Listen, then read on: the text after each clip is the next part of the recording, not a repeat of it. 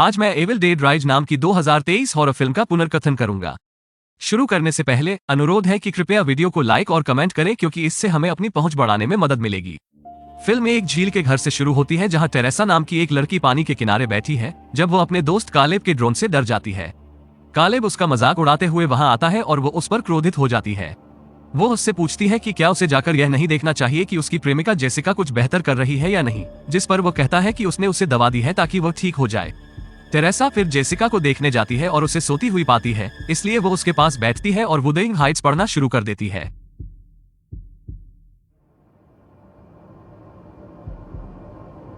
अचानक उसने जेसिका को कुछ पढ़ते हुए सुना और उसे बिस्तर पर बैठा देखकर चौंक गई।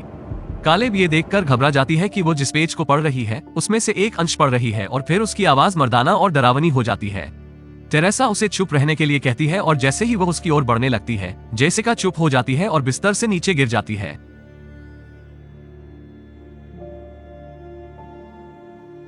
टेरेसा उसकी जांच करने जाती है और उसे बेहोश पाती है, लेकिन अचानक वो उठ जाती है और उसे दौरे पड़ने लगते हैं। टेरेसा उसकी जांच करती है और मदद करने की कोशिश करती है, लेकिन जेसिका उसकी चोटी पकड़ लेती है और उसे काट देती है। टेरेसा लड़खड़ाती हुई कालेब के पास पहुंचती है जो उसे देखकर चौंक जाता है और तभी उसे भूत प्रेत दिखाई देता है। जेसिका वो ड्रोन पकड़ लेती है और ड्रोन से अपना चेहरा काटने और पानी में गिरने से पहले उसे देखकर मुस्कुराती है। कालेब उसे बचाने के लिए पानी में कूदता है, लेकिन वो उसे मारने के लिए पानी में खींच लेती है और पानी के ऊपर खतरनाक तरीके से उठने से पहले उसका कटा हुआ सिर टेरेसा पर फेंक देती है। एक दिन पहले बैथ नाम की एक महिला अपने बैंड के साथ एक संगीत स्थल पर थी और बाथरूम में गर्भावस्था परीक्षण कर रही थी। जब वो परिणाम देखती है तो उसके चेहरे पर चिंता के भाव आ जाते हैं। अन्यत्र बैथ की बहन एली एक टैव कलाकार है जो अपने 3 महत्वाकांक्षी बच्चों के साथ रहती है, डीजे डैनी, एक्टिविस्ट ब्रिजेट और नन्ही कैसी जिसे डरावनी चीजों का शौक है। ब्रिजेट को पड़ोसी जैक और उसके छोटे भाई स्कॉट से दरवाजे पर दस्तक मिलती है क्योंकि जैक को ब्रिजेट पर क्रश है, लेकिन वो एल्म स्ट्रीट फिल्मों पर द नाइटमेयर देखने के निमंत्रण को अस्वीकार कर देती है।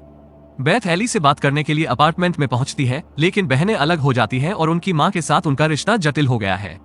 बैथ उनके लिए उपहार लाती है और जब वो अपने पिता के लिए उपहार निकालती है तो वे सभी चुप हो जाते हैं। एली बच्चों को पिज्जा लाने के लिए बाहर भेजती है और बैथ को बताती है कि उसके पति ने उन्हें 2 महीने पहले छोड़ दिया था। बैथ उससे पूछती है कि उसने उससे पहले क्यों नहीं बताया, जिस पर वह कहती है कि उसने उससे 2 बार संपर्क करने की कोशिश की। अब बैथ को अपनी गलती का एहसास होता है और वह उससे माफी मांगती है, लेकिन एली गुस्से में है। बाद में जब बैथ अपने फोन पर एली के ध्वनि मेल सुन रही थी, वो उससे बात करने के लिए उसके पास आई। वो एली से कहती है कि वो फिर से खराब हो गई है और चीजों को फिर से ठीक करने के लिए उसे उसकी मदद की जरूरत है। अब जब बच्चे पिज्जा लेकर लौटते हैं तो अपार्टमेंट की इमारत में एक तीव्र भूकंप आता है, जिसके कारण वे सभी भयभीत हो जाते हैं। इसके रुकने के बाद डैनी को पार्किंग गैराज में एक जगह मिलती है। वो छेद में जाता है और विनाइल डिस्क और एक रहस्यमय किताब द नेचर ऑफ डेमोंटो, मृतकों की किताब से भरा एक छिपा हुआ कमरा पाता है। वो किताब को वापस अपार्टमेंट में लाता है और ब्रिजेट को दिखाता है, ये सोचकर कि माँ इसे बेच सकती है और कुछ अतिरिक्त पैसे प्राप्त कर सकती है, लेकिन वह कहती है कि माँ उस चीज को नकद नहीं देगी जो उसने चुराई है। वो किताब खोलने की कोशिश करता है और उसका हाथ कट जाता है और उसका खून किताब पर गिर जाता है। ब्रिजेट की नजर किताब खुलने पर पड़ती है और वे उसे देखकर चौंक जाते हैं, और जब डैनी किताब खोलते हैं तो उन्हें उसमें भयानक चित्र दिखाई देते हैं, जिसके कारण ब्रिजेट डर जाती है और किताब बंद कर देती है। एली का कहना है कि उसे ये पसंद नहीं है और उसे इसे अभी वापस रखना होगा।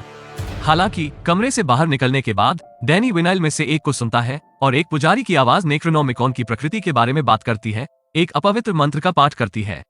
वो घबरा जाता है और इसे रोकने की कोशिश करता है, लेकिन ऐसा नहीं होता और किताब के पन्ने अपने आप पलटने लगते हैं। इस बीच एली लिफ्ट से वापस ऊपर जाते समय सामान ले रही है और हम देखते हैं कि एक अदृश्य शक्ति उनकी इमारत की ओर बढ़ रही है, और जैसे ही वो लिफ्ट से बाहर निकलती है उस पर अचानक एक अदृश्य इकाई द्वारा हमला किया जाता है और लिफ्ट बहुत तेजी से नीचे जाने लगती है, जिससे वो बेहोश हो गई। अब जब कुछ देर बाद उसे होश आया तो उसके सिर में दर्द हो रहा है।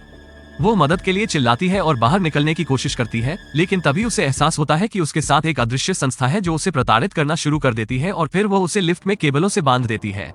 उनकी पूरी इमारत की बिजली गुल हो जाती है और ब्रिजेट बैथ से कहती है कि ऐसा लगता है कि केवल उनकी इमारत ही बंद है।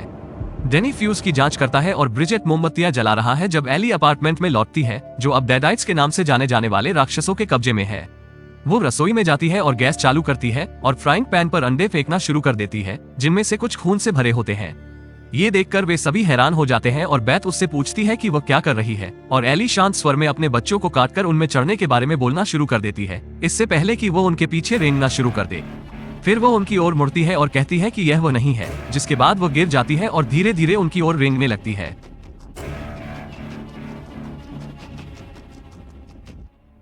फिर वो पूरे फर्श पर उल्टियां करती है, जिसे देखकर बच्चे भयभीत हो जाते हैं और यह सच है। एली बोलने में सफल हो जाती है और बेथ से विनती करती है कि वो राक्षसों को उसके बच्चों को नहीं ले जाने दे, जिसके बाद वो गिर जाती है, जाहिर तौर पर मर जाती है। डैनी और बेथ उसे अस्पताल ले जाने की कोशिश करते हैं, लेकिन पाते हैं कि लिफ्ट टूट गई है। एली को बिस्तर पर सुलाने के लिए बेथ को एली के पड़ोसियों गैब्रियल और मिस्टर फोंडा से मदद मिलती है। गैब्रियल और मिस्टर फोंडा फिर मदद पाने के लिए आग से बचने का रास्ता खोजने का प्रयास करते हैं। इस बीच बेथ अपनी बहन के साथ अपने रिश्ते पर अफसोस के कुछ शब्द बोलती है और फिर अचानक एली और बेथ के फोन से पता चलता है कि वो जल रही है और उसका फोन टूट जाता है। अब जब वो मुड़ती है तो उसे अपनी आंख में एक मक्खी दिखाई देती है और वह झपकती है और जीवित होकर उछल पड़ती है। बच्चे वहां आते हैं और पाते हैं कि उनकी मां जीवित है और बेथ उन्हें बताती है कि वो जल रही है। बेथ और डैनी उसे ठंडे पानी से भरे बाथटब में डालने की कोशिश करते हैं, जिससे उसकी आंखें घूम जाती हैं और वो उछलकर दीवार पर चढ़ जाती है। ये देखकर वे सभी घबरा जाते हैं और ब्रिजेट केसी को वहां से ले जाती है। एली फिर दीवार पर रेंगती है और एक गगनभेदी चीख निकालती है, जिसे अन्य लोग भी सुन लेते हैं। इससे गैब्रियल और फोंडा बाहर और बाथरूम के शीशे भी टूट जाते हैं। फिर वो चुप हो जाती है और वापस बाथटब में गिर जाती है, लेकिन अगले ही पल वो बाथटब से बाहर आ जाती है और जब डैनी माँ कहता है तो वह उसे बताती है कि माँ अब कीड़ों के साथ है। एली फिर बाथटब से रेंगती है, इस डर से कि बेथ और डैनी बाहर आ जाएं। फिर एली भी कांच का टुकड़ा लेकर बाथरूम से बाहर आती है और बेथ पर हमला करने की कोशिश करती है, और जब वो खुद को बचाने की कोशिश करती है तो कांच उसके हाथ में लग जाता है। एली फिर उसे बाहर खींचती है और ब्रिजेट उसे इसे रोकने के लिए कहती है। एली फिर मुड़ती है और उस पर हमला करने के लिए उस पर कूदती है, उसके चेहरे पर एक टैब पेन लेती है और उसके गाल को काट देती है, और जैसे ही वो अपने घाव को चाटने की कोशिश करती है, डैनी उसे कुर्सी से गिरा देता है, जिससे वो एक अंधेरे कमरे में गिर जाती है।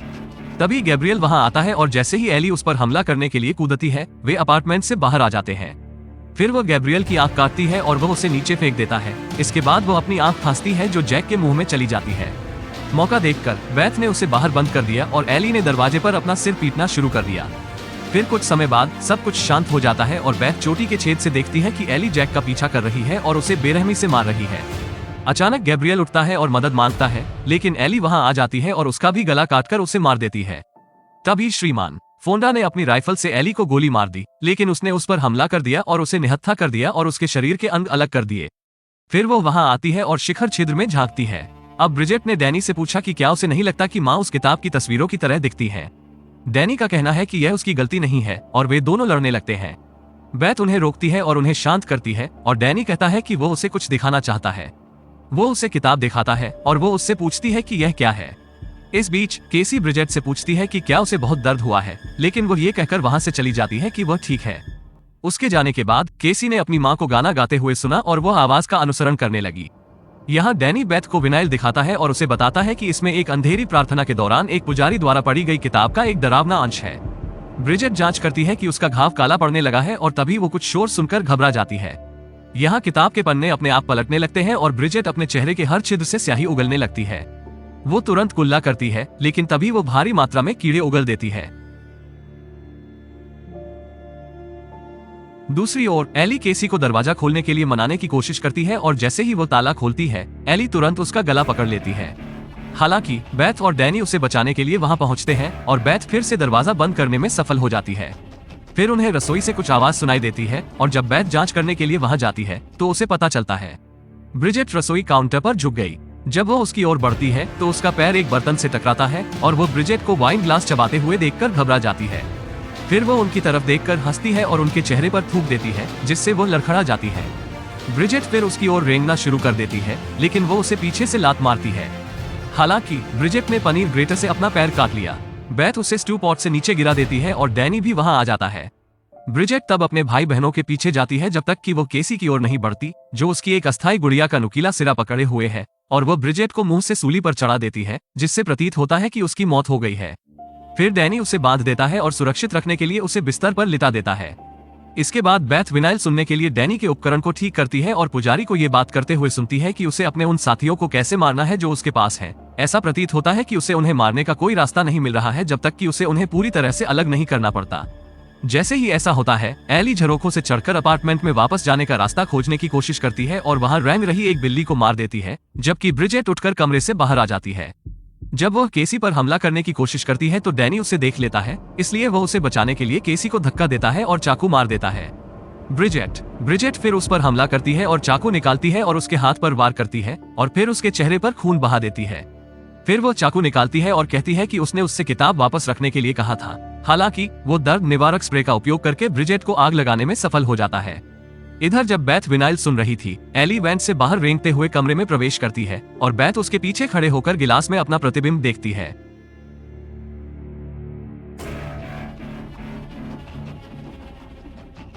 वो घबरा जाती है और विनाइल प्लेयर बंद कर देती है, इसलिए एली उसे बजाने के लिए अपनी उंगली का उपयोग करती है और उसके मुंह से आवाज निकलने लगती है। बेथ ने उसकी गर्दन पर पेचकस से वार किया, लेकिन उसका उस पर कोई असर नहीं हुआ और केवल तभी बेथ कमरे से बाहर गिर जाती है। वो वहां घायल डैनी और केसी को एक टेबल के नीचे छिपा हुआ पाती है और मरने से पहले डैनी केसी को सॉरी कहता है। एली तभी वहां आती है और बेथ पर हमला करती है, लेकिन उसे पता चलता है कि बेथ गर्भवती है और वो उन दोनों को मारने में लगभग खुशी महसूस करती है। हालांकि केसी बेथ की ओर कैंची की एक जोड़ी सरकाती है और वो उसे एली की नाक में घोंप देती है।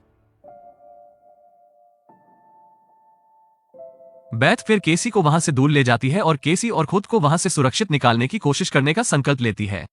वो फोंडा के हाथ से बंदूक छीन लेती है और हम देखते हैं कि एली जीवित है और अपनी नाक से कैंची निकाल रही है। बेथ आग से बचने के दरवाजे को उड़ाने ही वाली थी कि एली ने उन पर हमला करने की कोशिश की और बेथ ने उसके पैर में गोली मार दी।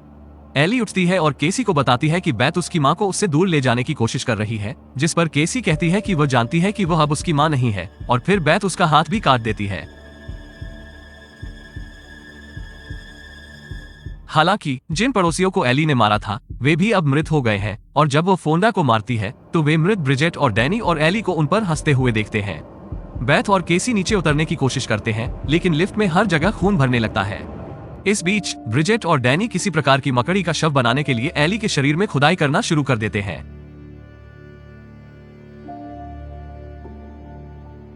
बेथ और कैसी पार्किंग गैराज तक पहुंचते हैं और लगभग भाग निकलते हैं, लेकिन बेथ की कार एक गड्ढे में फंस जाती है।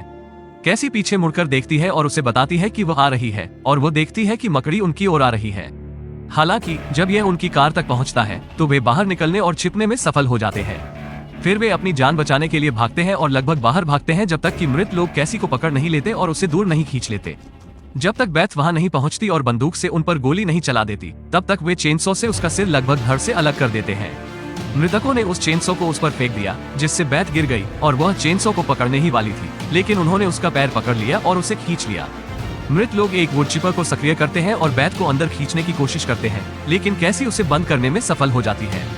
बेथ चेनसॉ को पकड़ लेती है और जैसे ही मृत लोग उसकी ओर बढ़ते हैं, कैसी वुड चिपर को चालू कर देती है और बेथ उसे एली, ब्रिजेट और डैनी के टुकड़ों में काट देती है, जिससे वे वुड चिपर में फंस जाते हैं।